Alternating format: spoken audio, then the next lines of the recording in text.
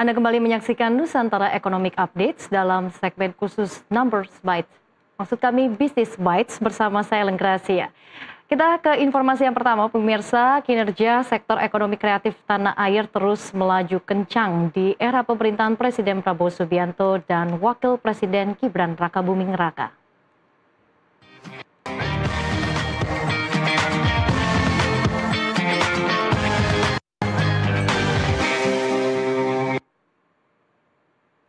Kementerian Ekonomi Kreatif mencatat realisasi investasi sektor ekraf telah menembus 90,12 triliun rupiah hingga semester pertama 2025 atau setara 66% dari target 136 triliun di tahun ini. Sementara nilai ekspor ekonomi kreatif telah mencapai 12,89 miliar dolar Amerika Serikat atau sekitar 213 triliun rupiah atau setara 49% dari target tahunan. Tidak hanya itu, jumlah tenaga kerja di industri kreatif juga telah melampaui target 2025 menembus 26,4 juta orang atau 104% dari sasaran yang ditetapkan. Kontribusi terhadap PDB nasional pun naik menjadi 5,69%, melampaui target 5,54%. Untuk mendorong pertumbuhan lebih lanjut, Kementerian Ekraf meluncurkan kampanye Oktober Kreasi dalam rangka Hari Ekonomi Kreatif Nasional 2025 sebagai momentum kolaborasi pegiat kreatif untuk memperkuat ekonomi nasional dari daerah. Ekonomi kreatif Indonesia kian kuat dan menjadi mesin baru pertumbuhan ekonomi nasional.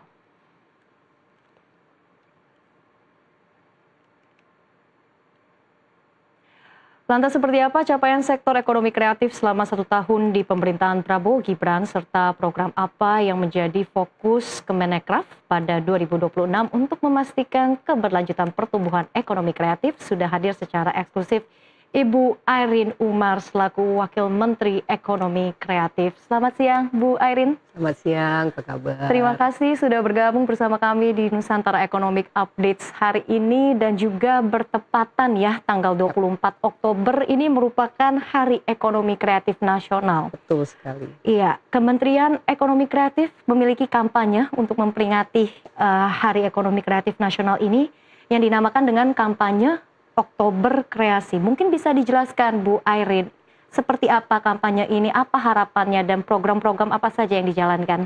Baik, terima kasih sudah ngundang kita di sini.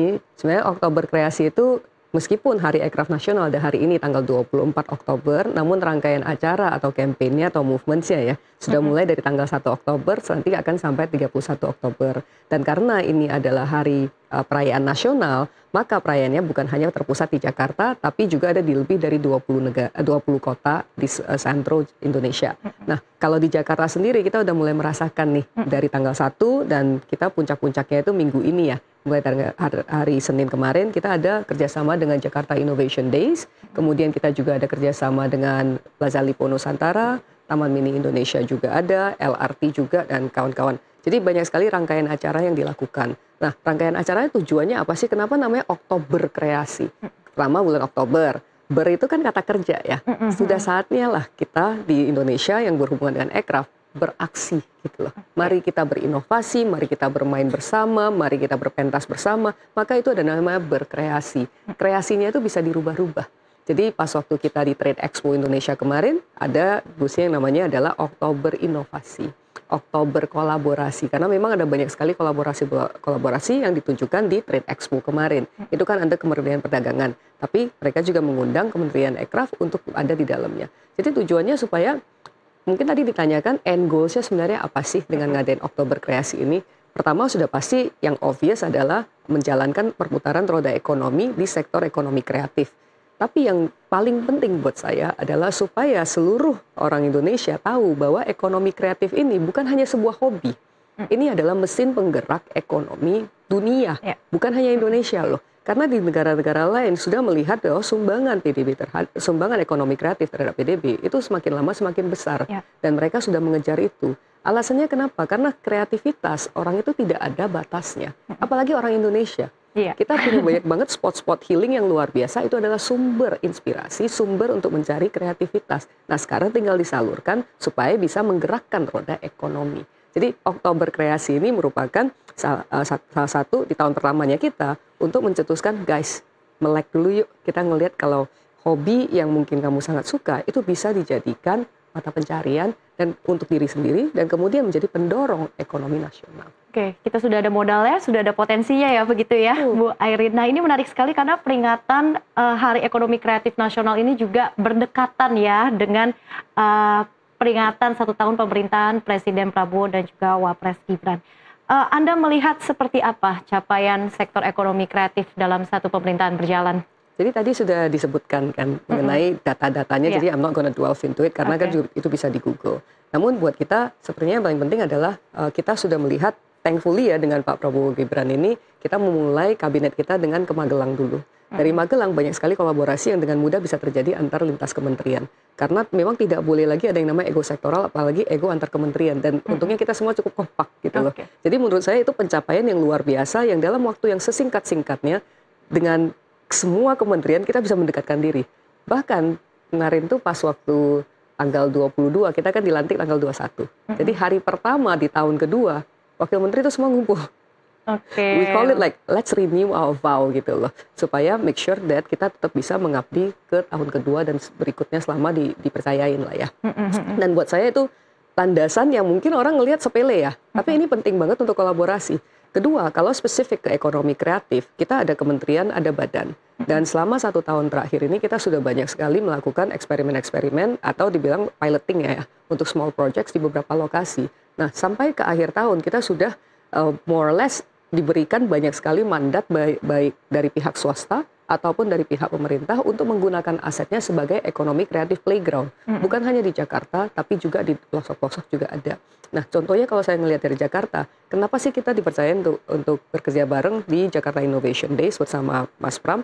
Karena Jakarta itu denyut kreativitasnya itu banyak sekali yang berbasis budaya. Maka dari itu pas waktu Pak Pram dilantik kita langsung MOU dalam waktu 1 minggu kan. Karena kita tahu persis banyak sekali aktivasi yang harus dilakukan dan ini bisa menjadi kanvas untuk para pejuang ekraf yang dibutuhkan oleh para pejuang ekraf. Contohnya yang di art scene ya. Kalau setelah berkarya masa ditaruh di gudang atau di rumah?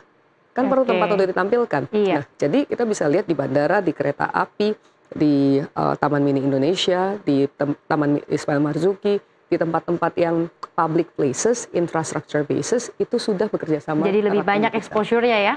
Benar. Jadi bukan hanya mimpi doang bahwa satu kota itu hanya punya satu fasad yang serius. Indonesia perlu another fasad gitu. Kita selalu melihat ke Jepang kan. Jepang itu bisa loh ada yang kawaii culture. Kita juga ada loh yang imut abis loh.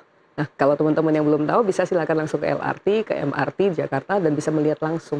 Oke, bisa dicatat ya pemirsa, tadi lokasinya sudah disebutkan, sudah di-spill oleh Bu Airin. Nah, tapi ini berbicara terkait dengan data lagi ya, karena memang achievement dari ekonomi kreatif ini juga cukup impresif. Sumbangsinya, kontribusinya 5,69% terhadap PDB. Nah, kalau kita bedah lagi nih, Bu Airin, secara subsektor ini yang mana yang paling achieve? Sebelum saya ke itu, saya mungkin harus clarify bahwa pencapaian itu berdasarkan beberapa KBLI. KBLI itu apa sih? Jadi kalau kita mau mencatat pencapaian, ini kayak accounting ya, pencapaian persumbangsi kepada PDB, itu pasti sumbernya adalah dari Bappenas kan. Ini perhitungannya A tambah B tambah C tambah D. Jadi KBLI itu adalah ABCD-nya itu, kayak barcode-nya lah. Kalau kita di akuntansi kan ada jurnalnya kan. Nah, untuk ekonomi kreatif, ini masih berdasarkan perhitungan KBLI di tahun 2015 sama 2020. Dan sekarang kita sedang bekerja sama erat dengan Bappenas untuk mengupdate KBLI tersebut 2025. Jadi ada kemungkinan yang belum ter-accounted nih di dalamnya. Nah, tapi berdasarkan yang sudah ada, yang sekarang lagi diupdate, kalau ditanyakan top 3-nya itu apa sih? Selalu pasti kuliner, kria, sama fashion. Itu adalah top 3-nya. Namun kalau kita ngelihat semua subsektor ekonomi kreatif kan ada yang digital sama non-digital ya. Menurut saya yang belum kita benar-benar account properly dan nge-boost abis adalah digital side-nya. Nah ini kita ngomongin soal digital ya Bu Airin, di era digitalisasi saat ini kita tahu juga, kita lihat global market ini very kompetitif ya sekarang ini.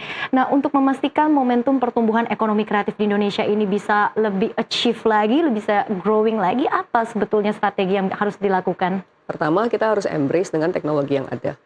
Kedua, kita harus belajar mengenai data. Karena baca data itu berarti baca market dan tahu arahnya kemana, supaya jualannya gampang kan. Ketiga, sebenarnya dari 1, 2, 3 itu kita harus siap untuk step into the light dan jangan malu-malu lagi. Karena sudah bukan saatnya Indonesia yang saya cuman bisa segini aja. Buktinya sudah ada loh yang bisa sampai keluar. Saya kasih lihat, kebetulan saya bawa handphone kan. Ini dari anak Bandung nih. Oh, keren sekali. Kerjasama dengan Skin Armor. Launchingnya di Singapura. Wow, Dan amazing. ini kan boleh dibilang creative economy karena filenya digital kan, yang dikirim file desainnya. Kebayangkan dari anak Bandung itu kerjasama dengan Skin Armor dan launchingnya tahapnya global. Dan mereka memang basisnya adalah Mission 56 based on Bandung. More than 90% of their market share itu ada di US. Jadi apakah sudah bisa mendunia? Bisa. Bisa. Jangan, kita sebagai anak muda itu jangan takut gitu. Kayak main game kan. What's the worst that could happen to you? You don't pass the level. Tapi kita belajar kan mengenai level tersebut. And then kita ngapain? Press replaynya itu cepat. Jadi kita sebagai pejuang aircraft, ya kalau kita gagal itu bagian dari hidup, bagian dari ya pembelajaran. Anggap saja main game, kita secepat mana kita rebound, down boleh gitu kan, bete kan, aduh capek nih udah main terus nggak naik level terus. Oke, tapi setelah itu kita press replay. Nah pas kita press replay itulah kecepatan antara kita press replay untuk menjalankan dan maju lagi. Itulah perjuangan aircraft. Harus dirubah mindsetnya ya, harus step up the game karena memang kita lihat memang digitalisasi ini emang another game changer juga untuk industri ekonomi, termasuk juga ekonomi kreatif. Nah, tapi yang kita tahu memang pelaku ekonomi kreatif ini kan banyak sekali berasal dari UMKM. Seperti apa pendampingannya untuk memastikan pelaku UMKM ini juga bisa berinovasi di era digitalisasi saat ini? Mungkin saya perlu klarifikasi juga, kalau ekonomi kreatif itu bukan hanya UMKM, karena ada Kementerian UMKM-nya kan. Nah, Kementerian Ekonomi Kreatif itu kita adalah subject matter expert, di mana kita merangkul dari sole entrepreneurs, freelancer yang satu perorangan, all the way sampai perusahaan yang sudah besar sekalipun juga. Nah, kenapa ini penting? Karena treatmentnya tentu kita ada segmentation-nya juga ya perbedaannya. Tapi by industri kita merangkul keseluruhannya supaya regulasi apapun juga yang dikeluarkan dari Republik Indonesia, baik yang bersentuhan hanya terhadap ekonomi kreatif atau dengan kementerian lain, itu selaras dengan perkembangan industri. Jadi we try to be our subject matter expert, berdasarkan ini kita sharing ke kementerian lain, yuk kita kerjain bareng yuk supaya tuntas, nggak end to end, jangan nggak pakai kacamata kuda. Kalau pakai kacamata kuda nanti Pak Prabowo nggak sesuai dengan yang Pak Prabowo mau kan. Pak Prabowo dengan clear mengatakan mandatnya ini nggak boleh ada ego sektoral, please yang ribet itu jangan diribetin, simplify. Nah satu-satunya cara adalah mensimplify hal tersebut. Kalau ditanyakan tadi bagaimana kita mengembrace ya Mbak ya? Untuk perkembangan teknologi yang ada, apalagi dengan UMKM pendampingannya seperti apa, kita ada segmentasinya. Jadi kalau misalnya yang creator, yang perorangan, kita ngelihat nih subsektor tertentu kebutuhannya apa sih? Kebanyakan ini nggak perlu kita ajarin untuk meng-create, karena meng-create the heart atau the meat of a product udah bisa. Yang tidak bisa mungkin yang bisa kita bantu adalah packagingnya, untuk bagaimana nge-represent hal tersebut. Kedua adalah bagaimana cara jualannya dan mengakses terhadap distribution points yang ada. Kita harus belajar untuk pitching gitu. Ya kan? And when we pitch, it's not about us, tapi it's about the audience. Nah inilah pendampingan yang harus selalu kita adakan. Contoh ya Mbak ya. Jadi misalnya kita ngomong tahap nasional. Tahap nasional ada satu produk enak banget dan enak lah pokoknya. Tapi nggak punya storynomics ya. Nggak ada storytelling ya. Padahal orangnya itu ada story-nya. Kenapa begitu? Karena kita aja deh kalau nanyain soal ceritanya kita selalu mengatakan, itu biasa aja karena hidup gue ya gitu-gitu aja gitu. Tapi mungkin ada orang yang ngelihat, wah kamu hidupnya begitu ya, terus kita bingung. Emang itu amazing banget ya? Sama persis dengan produk.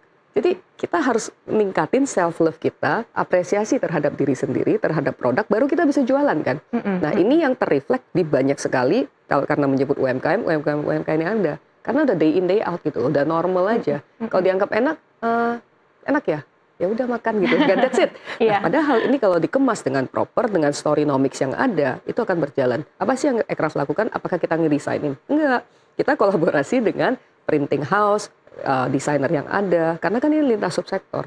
Jadi kita kumpulin orang-orangnya, guys, ngobrol ya. Jadi sometimes tugas utamanya adalah jadi mak comblang, kawin ini orang-orang, ya kan?